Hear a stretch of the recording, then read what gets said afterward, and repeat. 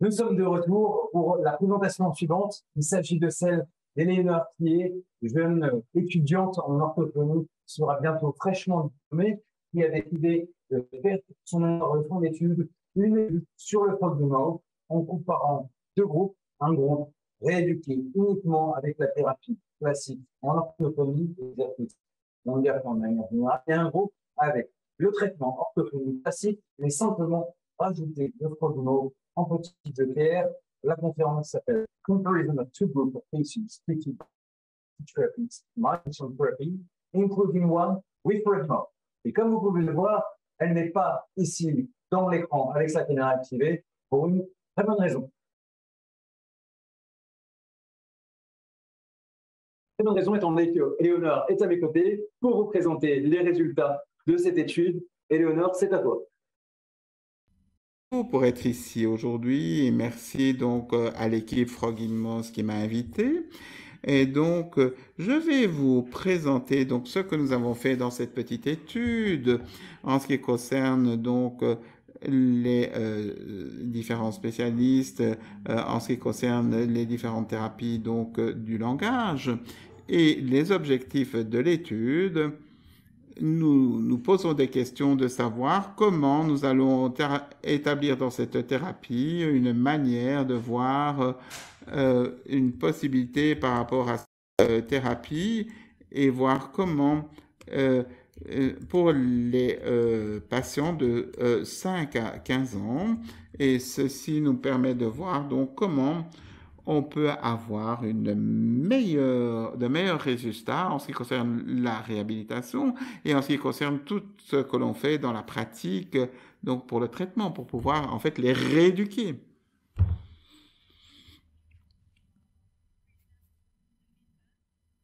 Et ceci est très important. Voici la méthode. Tout d'abord, je veux donc spécifier donc en fait pas une question de meilleure pratique, mais c'est une manière de voir comment deux groupes de patients qu'on a constitués, nous avons en fait la possibilité de voir comment ceux-ci en fait travaillent.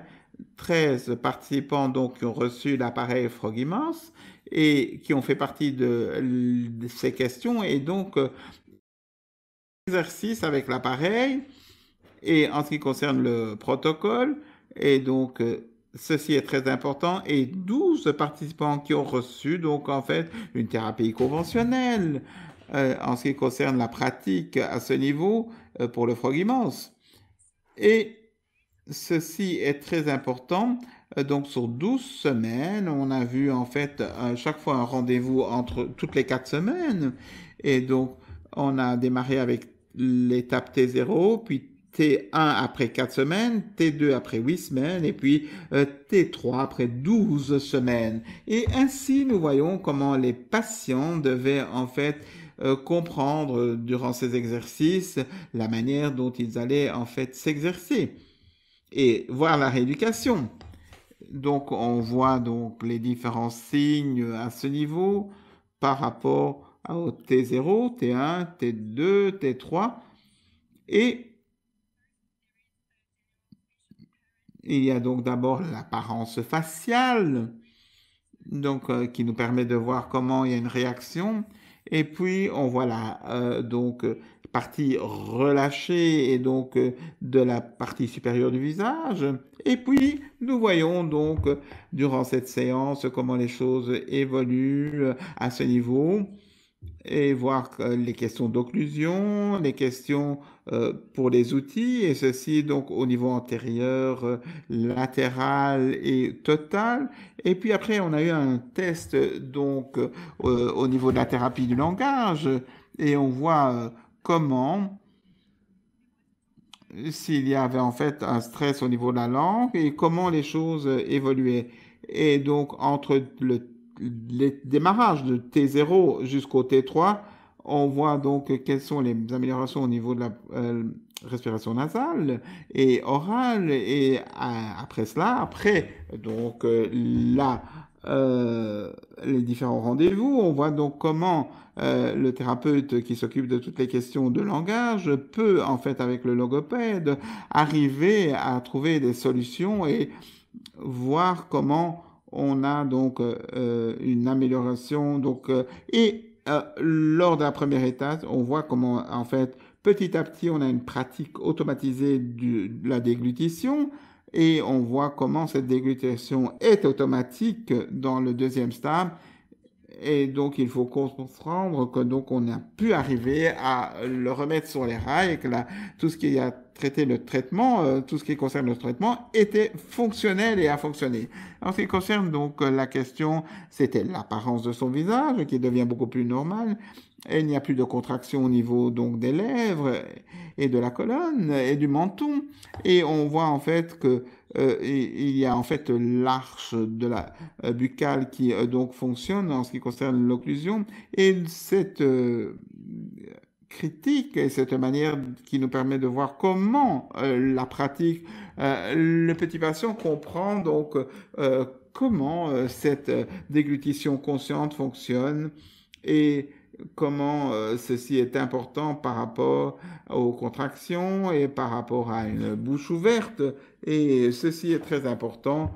Nous avons donc pu travailler une bonne pratique à ce niveau.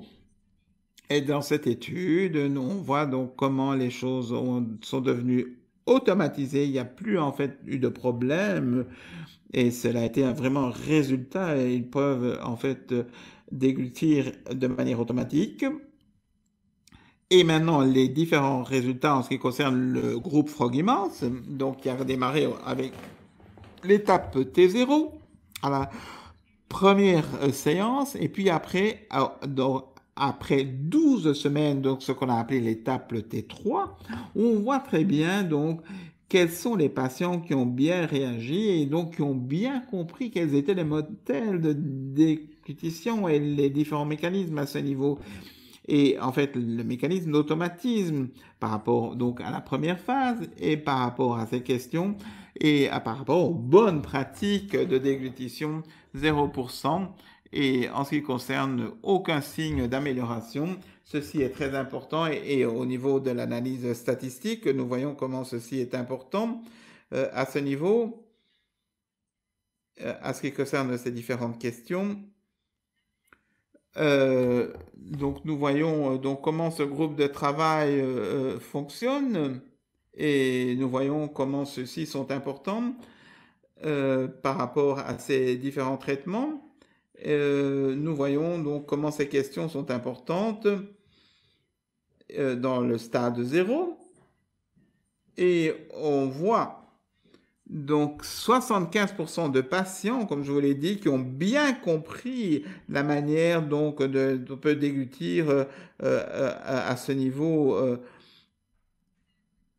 en ce qui concerne les bonnes pratiques et l'analyse statistique voit en fait la différence par rapport au protocole et les améliorations notables à ce niveau et on voit donc vraiment comment les résultats sont importants à ce niveau en ce qui concerne le groupe.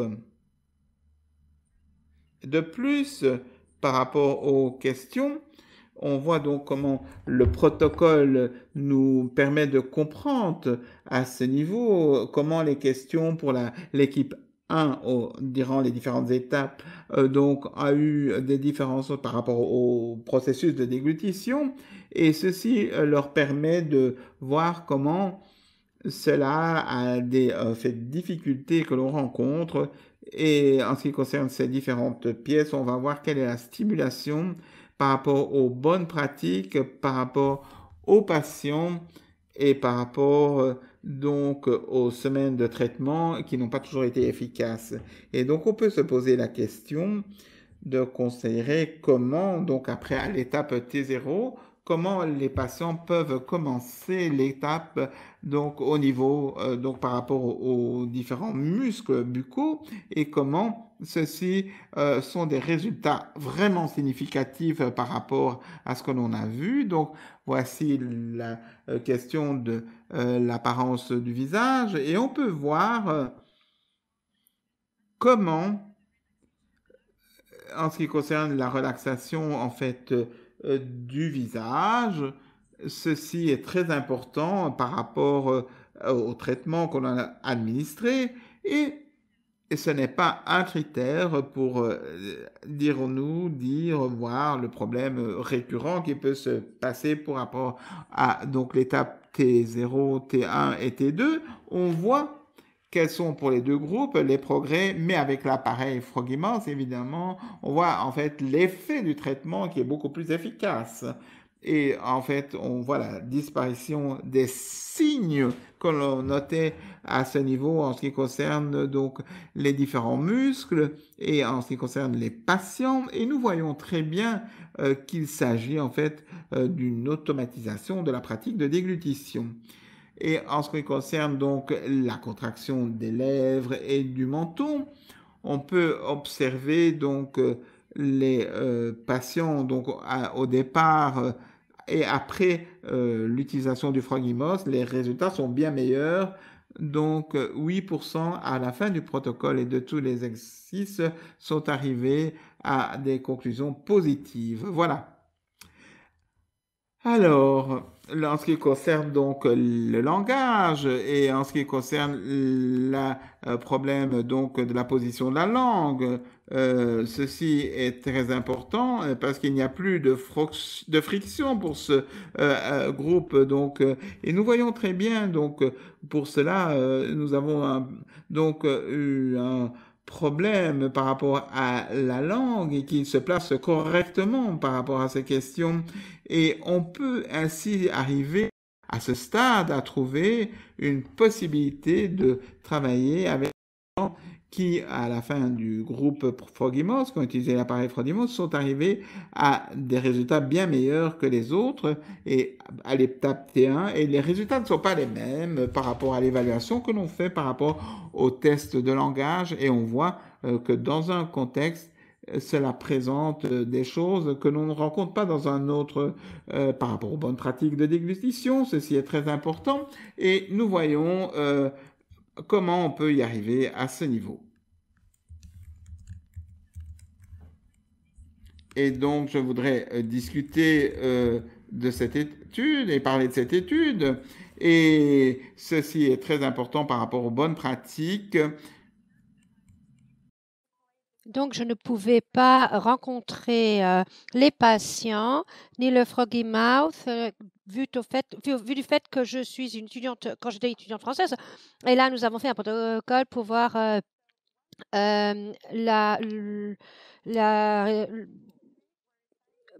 en fait, des groupes de patients et des groupes de contrôle. Nous avons fait deux groupes.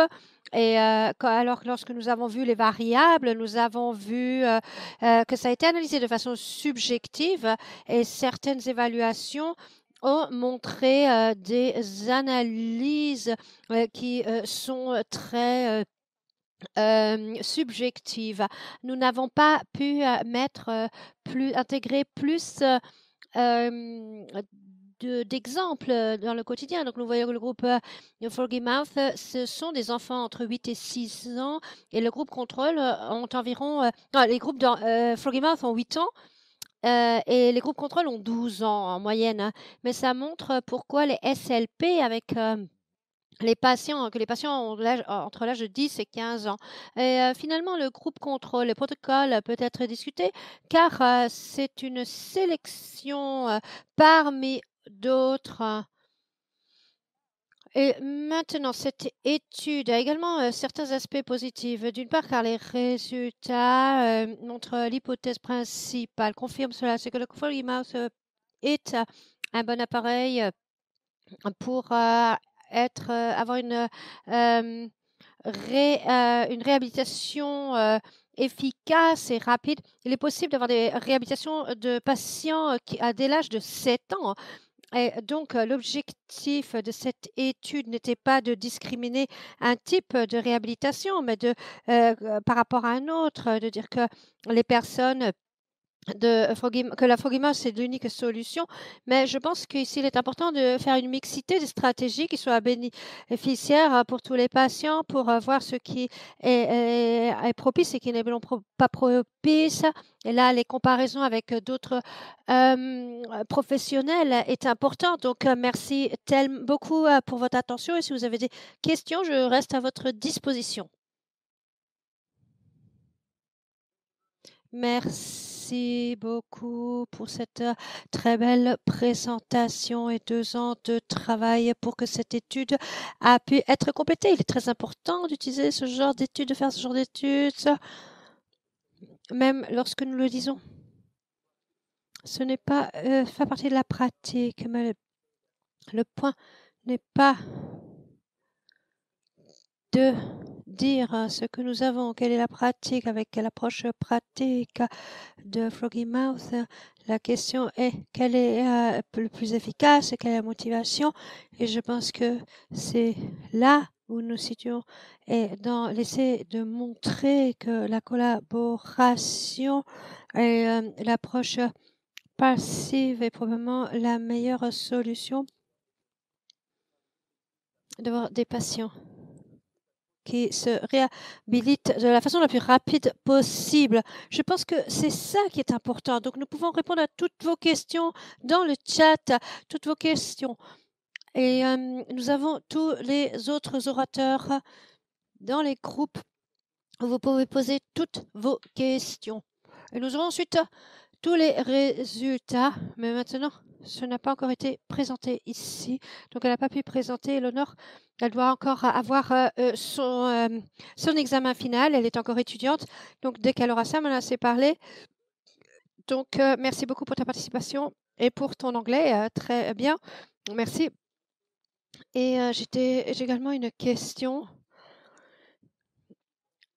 Une question qui souvent se pose. Là, j'avance un peu rapide. Nous avons parlé du briefing.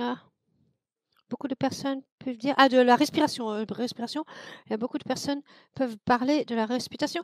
Ils disent que le Froggy Mouth peut stimuler la respiration pour éviter la respiration de la bouche, c'est-à-dire éviter la respiration de la bouche et améliorer la respiration nasale. C'est pour ça que ça vient en support. Et là, nous allons donner plus de détails à ce sujet pour la partie postérieure de la langue qui est élevée, et c'est ça qui rend la respiration possible. C'est pour ça que Froggy Mouth, il ne s'agit pas qu'il faut améliorer la respiration buccale. Non, nous ne sommes pas contre la respiration buccale. Non, mais c'est en fait pour l'amélioration de respiration en général.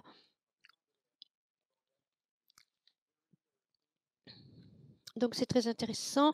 Je peux vraiment vous conseiller de voir cela. Il y avait une question qui est arrivée sur la stimulation du syllabus, mais ça nous verrons après la présentation. Donc, je vous invite à revoir cette vidéo dans les 7 jours à venir pour voir la stimulation de comment la partie postérieure de la langue peut être stimulée.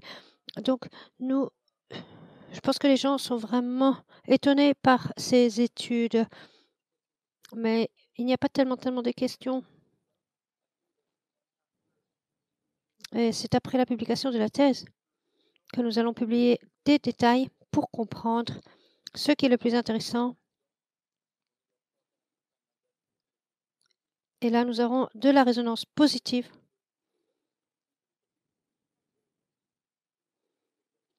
Pour voir exactement ce que c'est et avoir plus de détails, plus de statistiques, peut-être pour publier cela également dans le groupe Facebook et d'avoir ici de la pratique et partager cela pour répondre à toutes les questions de tout le monde que malheureusement nous ne pouvons pas répondre à l'instant.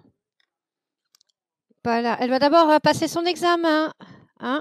Et donc, encore un grand merci, Éléonore, d'avoir été ici dans le studio Froggy Mouth, d'avoir été présente, d'avoir fait cette présentation et nous espérons voir encore un article. On ne sait jamais, une fois que tu as fini tes études, nous verrons ton examen à la fin. Merci, Éléonore.